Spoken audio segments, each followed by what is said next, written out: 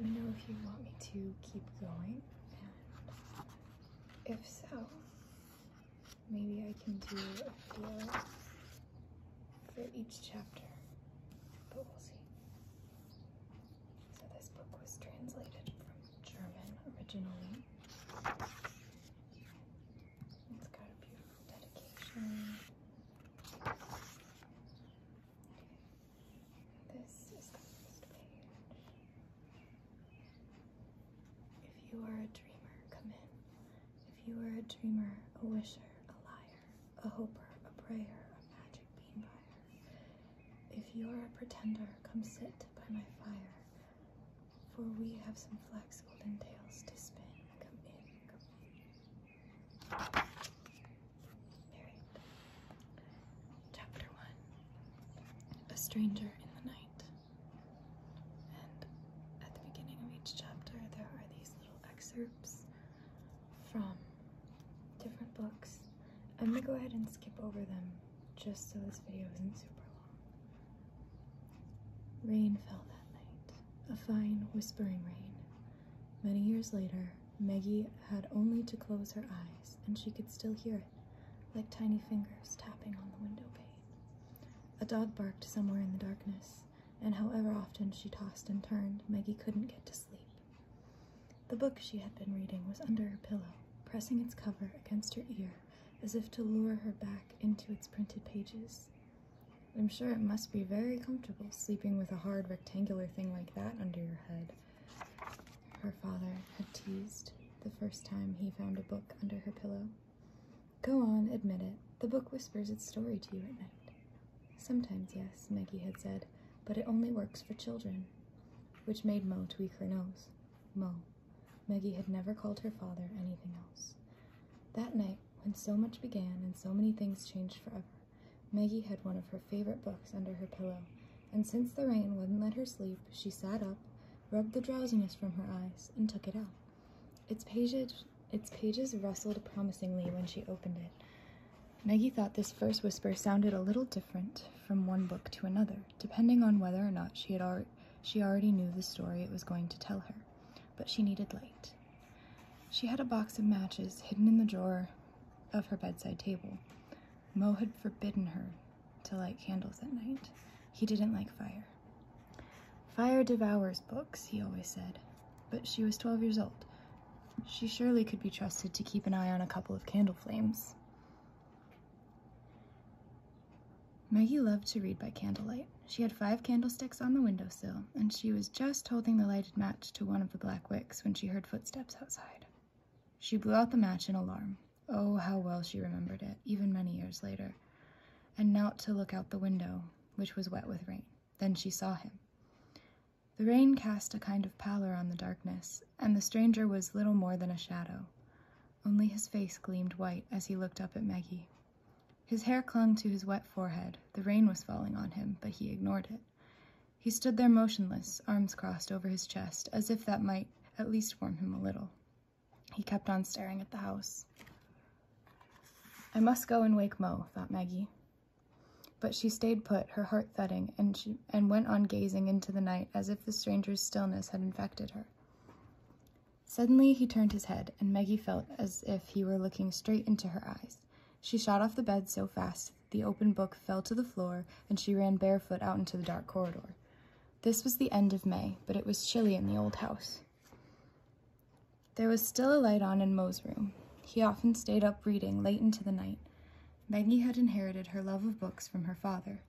When she took refuge from a bad dream with him, nothing could lull her to sleep better than Mo's calm breathing beside her and the sound of pages turning. Nothing chased nightmares away faster than the rustle of printed paper. But the figure outside the house was no dream. The book Mo was reading that night was bound in pale blue linen.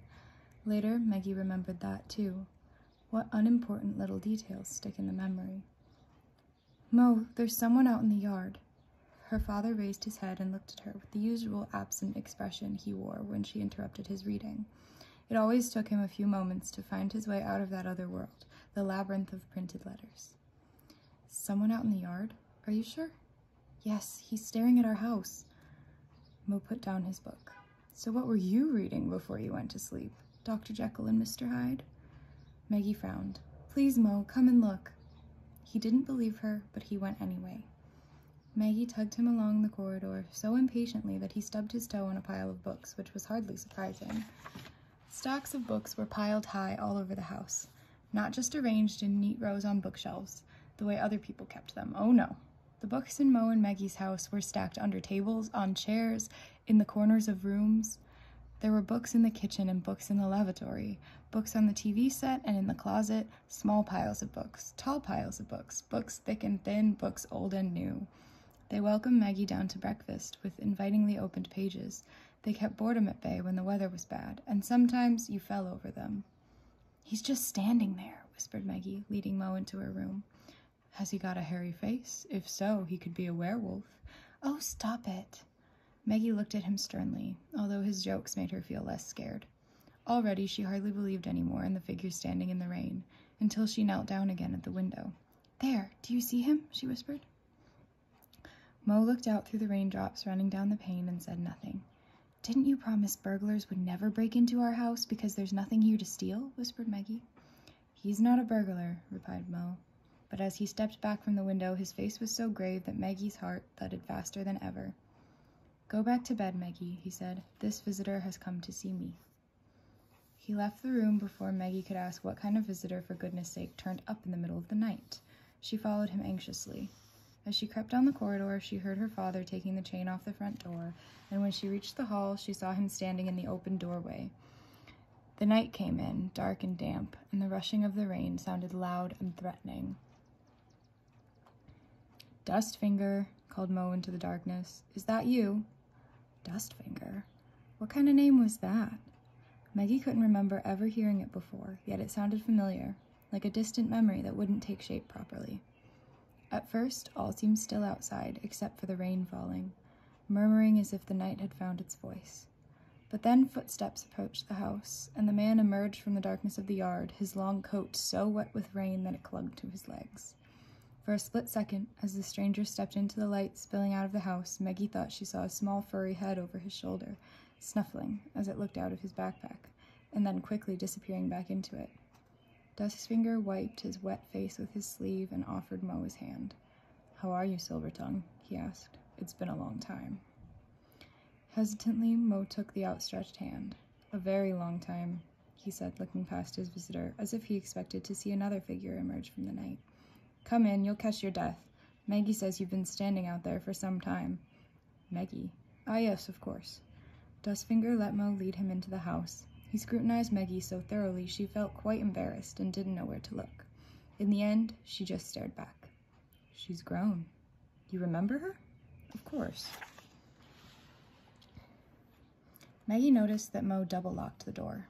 How old is she now? Dustfinger smiled at her. It was a strange smile. Maggie couldn't decide whether it was mocking, supercilious, or just awkward. She didn't smile back. 12, said Mo.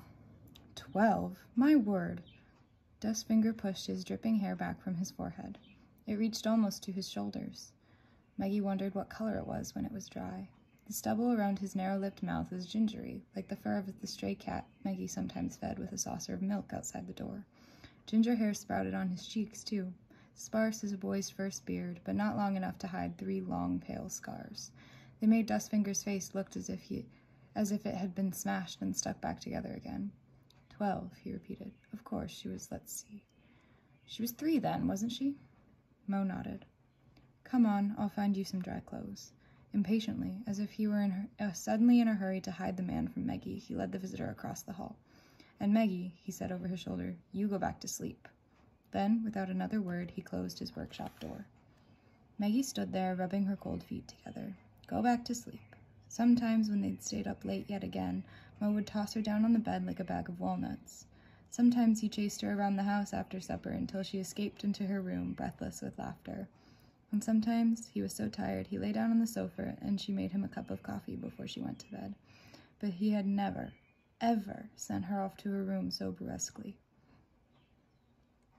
A foreboding, clammy and fearful came into her heart, as if, along with the visitor whose name was so strange yet somehow familiar, Some menace had slipped into her life. And she wished so hard it frightened her that she had never gone to get Mo and Dustfinger had stayed outside until the rain washed him away. When the door of the workshop opened again, she jumped. "Still there, I see," said Mo. "Go to bed, Maggie, please." He had that little frown over his nose that appeared only when something was really worrying him, and he seemed to look straight through her as if his thoughts were somewhere else entirely. The foreboding in Maggie's heart grew, spreading its black wings. "Send him away, Mo," she said as he gently propelled her toward the room. "Please, send him away. I don't like him." Mo leaned in her open doorway. "He'll be gone when you get up in the morning. Word of honor." "Word of honor? No crossed fingers?" Maggie looked him straight in the eye. She could always tell when Mo was lying, however hard he tried to hide it from her. "No crossed fingers," he said, holding both hands out to show her. Then he closed the door, even though he knew she didn't like that. Maggie put her ear to it, listening. She could hear the clink of china. So the man with the sandy beard was getting a nice cup of tea to warm him up. "I hope he catches pneumonia," thought Maggie. Though he needn't necessarily die of it. Maggie heard the kettle whistling in the kitchen and Mo carrying a tray of clattering crockery back to the workshop. When that door closed, she forced herself to wait a few more seconds just to be on the safe side. Then she crept back out into the hallway. There was a sign hanging on the door of Mo's workshop. A small metal plaque with Maggie knew the words on it by heart. When she was 5, she had often practiced reading the old-fashioned spindly lettering. Some books should be tasted, some devoured, but only a few should be chewed and digested thoroughly. Back then, when she still had to climb on a box to read the plaque, she had thought the chewing and digesting were meant literally, and wondered, horrified, why Mo had hung on his workshop the door of someone who vandalized books. Now she knew what the plaque really meant, but tonight she wasn't interested in written words. Spoken words were what she wanted to hear, the words being exchanged in soft, almost inaudible whispers by the two men on the other side of the door. "Don't underestimate him," she heard Dustfinger say. His voice was so different from Mo's. No one else in the world had a voice like her father. Mo could paint pictures in empty air with his voice alone. He'd do anything to get a hold of it. That was Dustfinger again, and when I say anything, I can assure you I mean anything. "I'll never let him have it." That was Mo. He'll still get his hands on it one way or another. I tell you, they're on your trail. It wouldn't be the first time. I've always managed to shake them off before. "Oh yes, and for how much longer do you think? What about your daughter? Are you telling me she actually likes moving around the whole time? Believe me, I know what I'm talking about." It was so quiet behind the door that Maggie scarcely dared to breathe in case the two men heard her. Finally, her father spoke again, hesitantly, as if his tongue found it difficult to form the words. "Then what do you think I ought to do?" "Come with me, I'll take you to them." A cup clinked, the sound of a spoon against china. How loud small noises sound in the silence. "You know how much Capricorn thinks of your talents. He'd be glad if you took it to him of your own free will. I'm sure he would. The man he found to replace you was useless." Capricorn. Another peculiar name. Dustfinger had uttered it as if the mere sound might scorch his tongue. Maggie wriggled her chilly toes and wrinkled her cold nose. She didn't understand much of what the two men were saying, but she tried to memorize every single word of it. It was quiet again in the workshop. "Oh, I don't know," said Mo at last. He sounded so weary it tore at Maggie's heart. "I'll have to think about it. When do you think his men will get here?" "Soon." The word dropped like a stone into the silence. "Soon," repeated Mo. "Very well, I'll have made up my mind by tomorrow. Do you have somewhere to sleep?" "Oh, I can always find a place," replied Dustfinger. "I'm managing quite well these days, although it's still all much too fast for me." His laugh was not a happy one.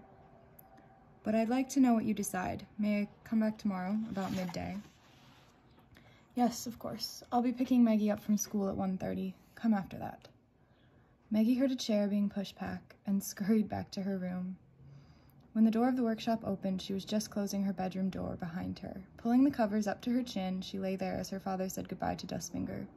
"And thank you for the warning anyway," she heard him add as Dustfinger's footsteps moved away slowly and uncertainly, as if he were reluctant to leave, as if he hadn't said everything he'd wanted to say. But at last he was gone, and only the rain kept drumming its wet fingers on Maggie's window. When Mo opened the door of her room, she quickly closed her eyes and tried to breathe as slowly as you do in a deep, innocent sleep. But Mo wasn't stupid. In fact, he was sometimes terribly clever. "Maggie, put one of your feet out of bed," he told her. Reluctantly, she stuck her toes out from under the blanket and laid them in Mo's warm hand. They were still cold. "I knew it," he said. "You've been spying. Can't you do as I tell you, just for once?" Sighing, he tucked her foot back underneath the nice warm blankets. Then he sat down on her bed, passed his hands over his tired face, and looked out of the window. His hair was as dark as moleskin. Maggie had fair hair like her mother, whom she only knew from a few faded photographs. "You should be glad you look more like her than me," Mo always said. "My head wouldn't look good at all on a girl's neck." But Maggie wished she did look more like him. There wasn't a face in the world she loved more. "I didn't hear what you were saying anyway," she murmured. "Good." Mo stared out the window as if Dustfinger were still standing in the yard. Then he rose and went to the door. "Try to get some sleep," he said. But Maggie didn't want to sleep. "Dustfinger? What sort of name is that?" she asked. "And why does he call you Silvertongue? And this person who's looking for you..." Wait, Mo did not reply. "And this person who's looking for you, I heard what Dustfinger called him. Capricorn. Who is he?" "No one you want to meet." Her father didn't turn around. "I thought you didn't hear anything. Good night, Maggie." This time he left the door open. The light from the hallway fell on her bed, mingling with the darkness of the night that seeped in through the window. And Maggie lay there, waiting for the dark to disappear and take her fear of some evil menace away with it. Only later did she understand that the evil had not appeared for the first time that night. It had just slunk back in again.